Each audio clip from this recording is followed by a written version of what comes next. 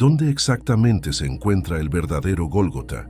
¿Es la iglesia del Santo Sepulcro el sitio auténtico de la crucifixión?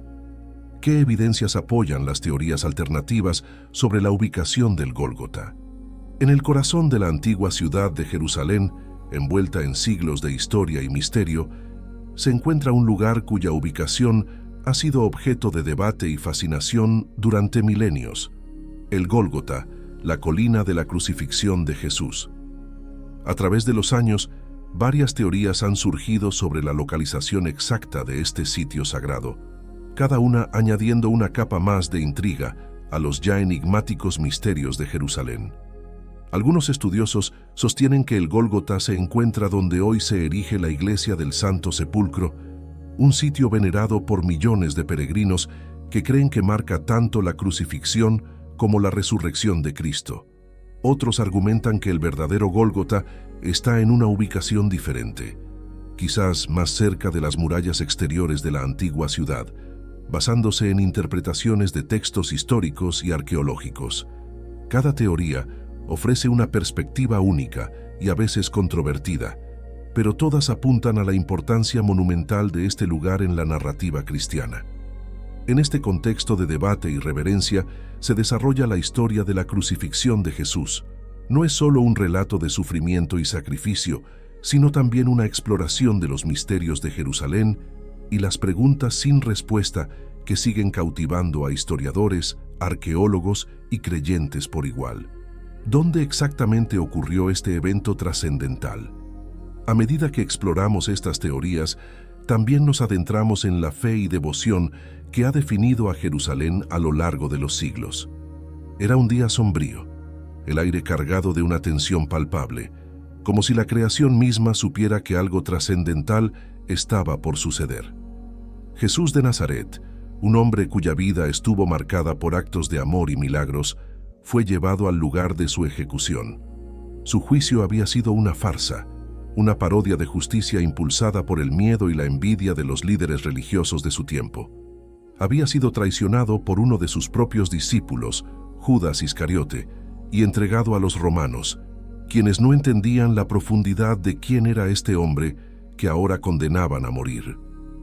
Apenas unas horas antes, Jesús había compartido una cena con sus discípulos, instituyendo lo que ahora se conoce como la Última Cena.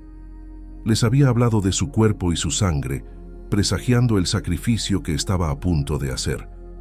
En el jardín de Getsemaní, oró con tal intensidad que su sudor se mezcló con sangre, pidiendo al Padre que, si era posible, pasara de él esa copa de sufrimiento. Pero su sumisión a la voluntad divina fue absoluta. No se haga mi voluntad, sino la tuya. Cuando llegó el momento, los soldados romanos lo llevaron a la colina, cargando una pesada cruz sobre sus hombros ya lacerados por la brutal flagelación. La multitud observaba, algunos con burlas en sus labios, otros con lágrimas en los ojos. María, su madre, estaba allí, su corazón quebrado al ver el sufrimiento de su hijo.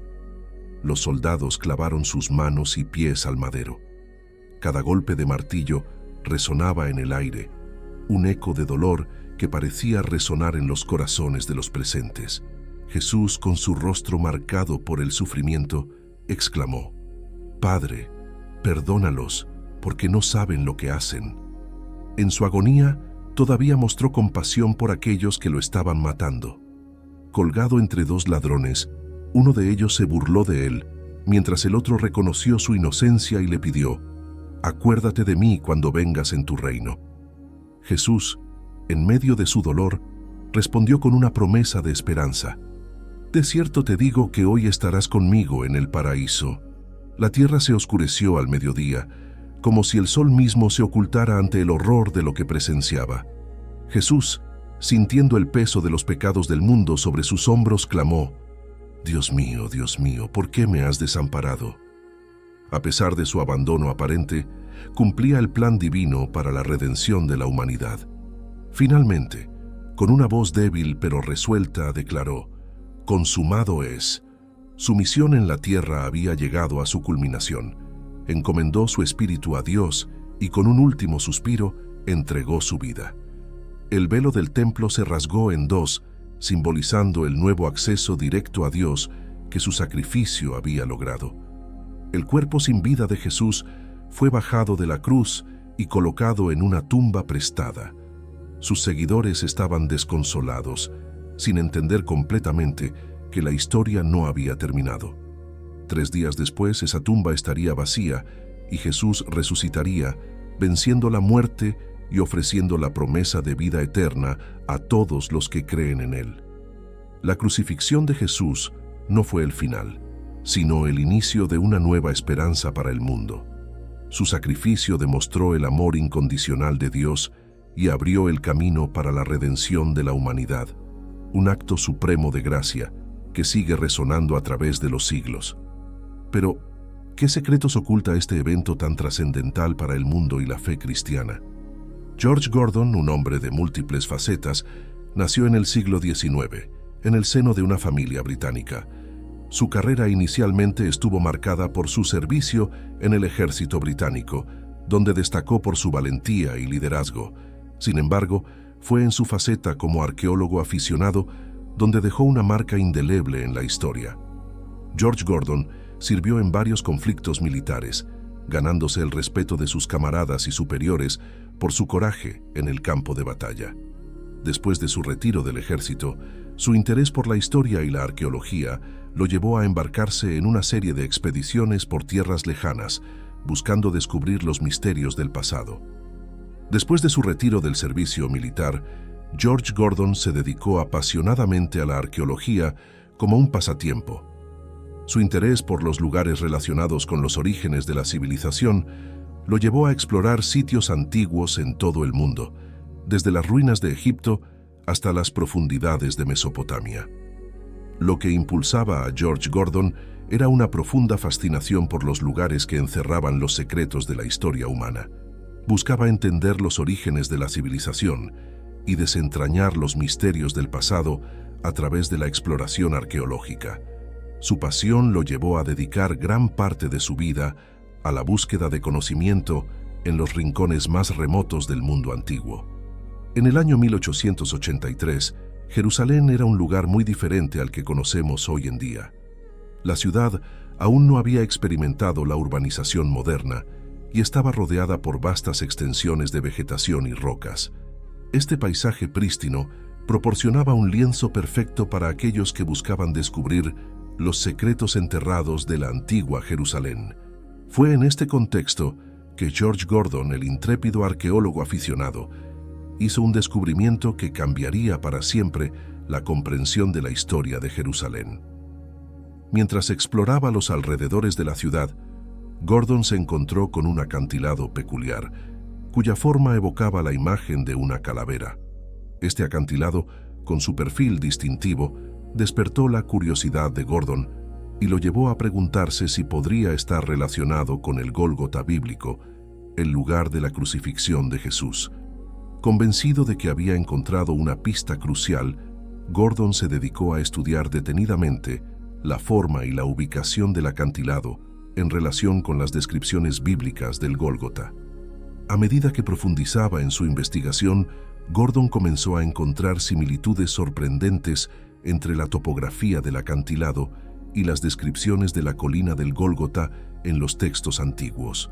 Para Gordon, la forma distintiva del acantilado, que se asemejaba a una calavera, era más que una mera coincidencia. Creía fervientemente que este descubrimiento era la clave para identificar el verdadero lugar de la crucifixión de Jesús. Su convicción se basaba en una combinación de observación cuidadosa, análisis meticuloso y una profunda fe en la autenticidad de los relatos bíblicos.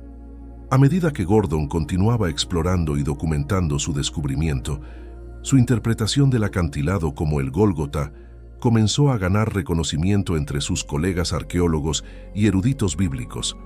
Su audaz afirmación desencadenó un debate acalorado sobre la autenticidad del sitio y el papel de la fe y la evidencia histórica en la interpretación de los eventos bíblicos.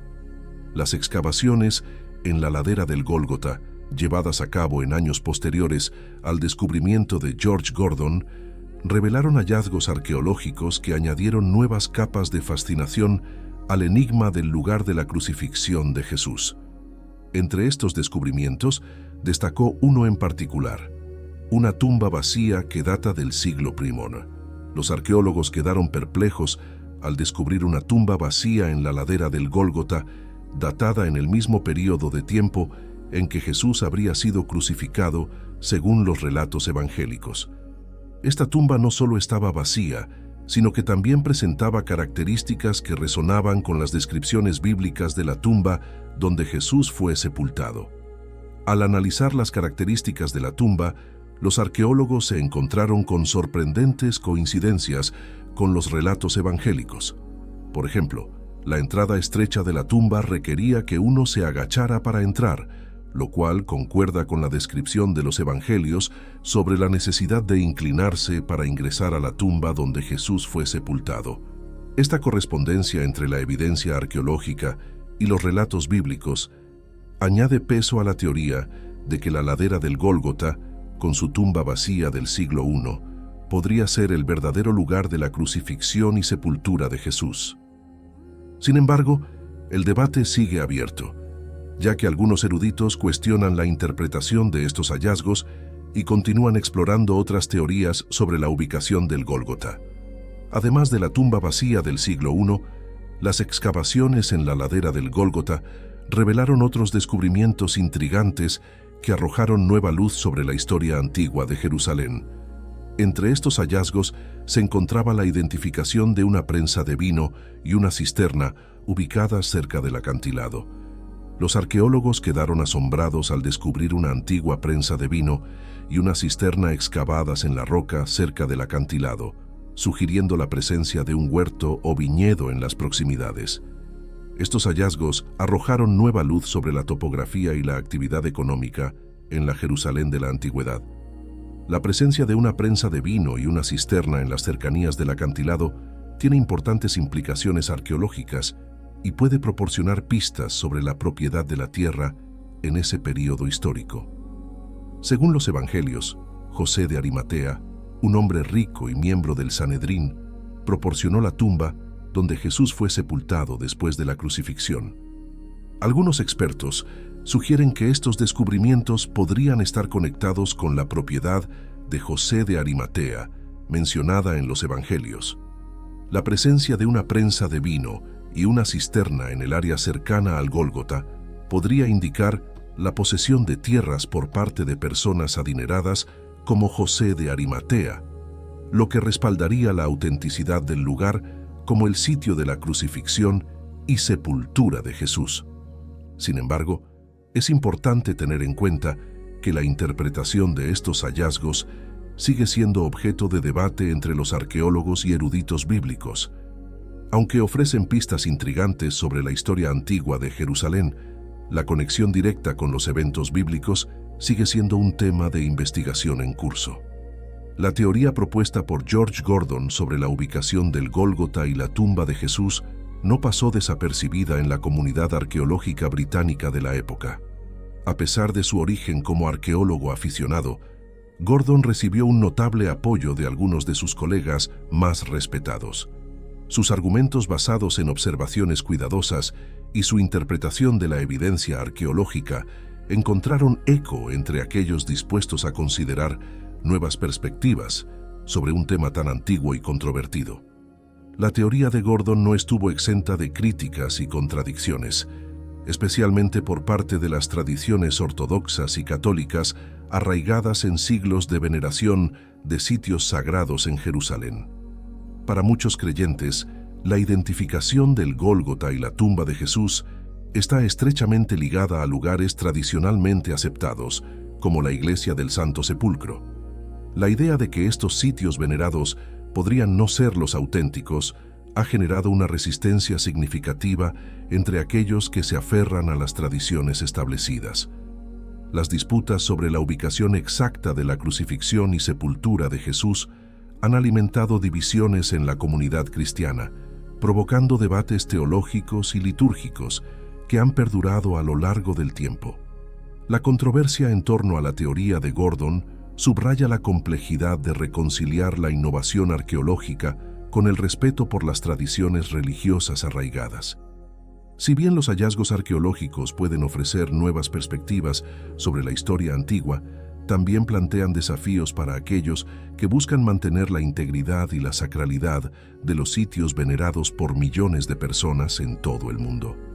En el Evangelio, según Lucas, capítulo 23, versículo 33, encontramos una narrativa conmovedora que relata uno de los momentos más trascendentales en la vida de Jesucristo, su crucifixión en el lugar conocido como el Gólgota o lugar de la calavera.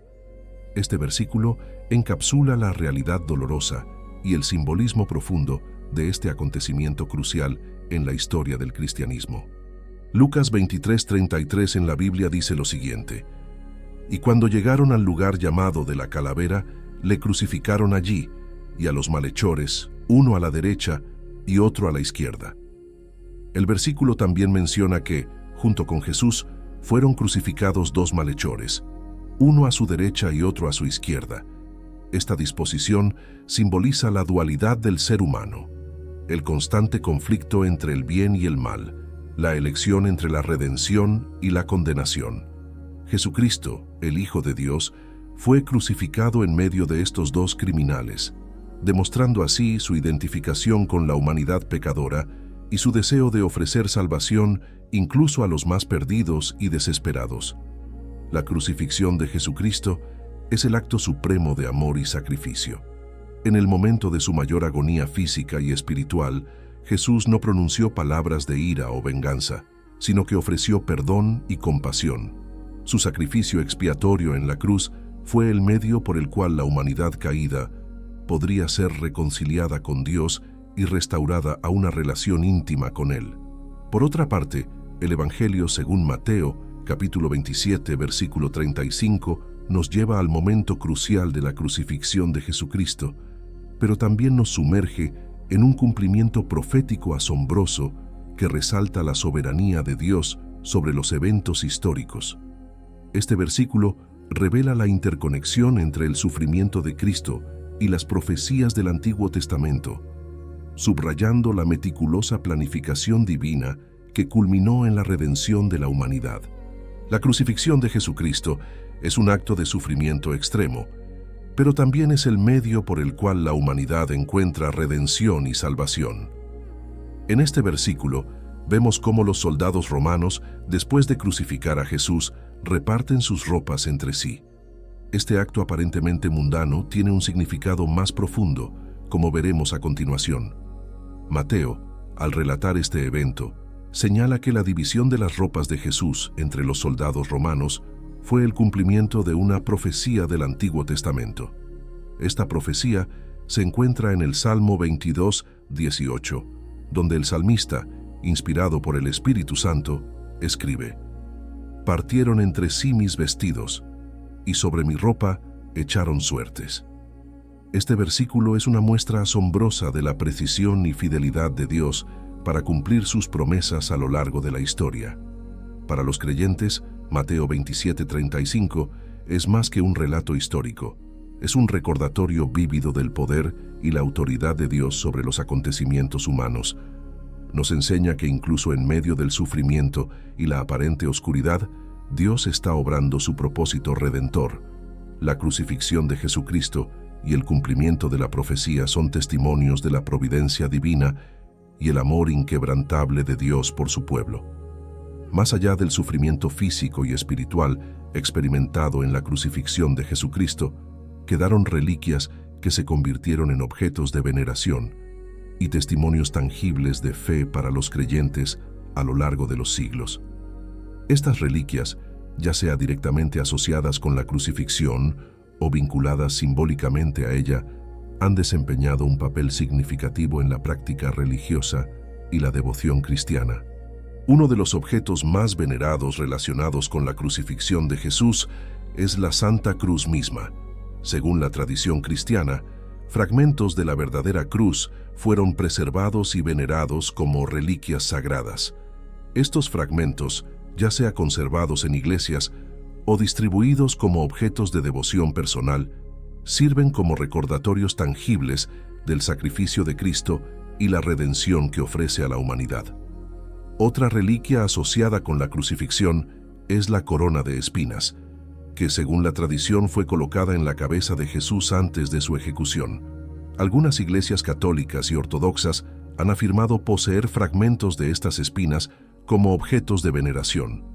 Estas reliquias no solo evocan el sufrimiento físico de Jesús, sino que también simbolizan su soberanía como el Rey de Reyes, coronado con espinas en lugar de oro.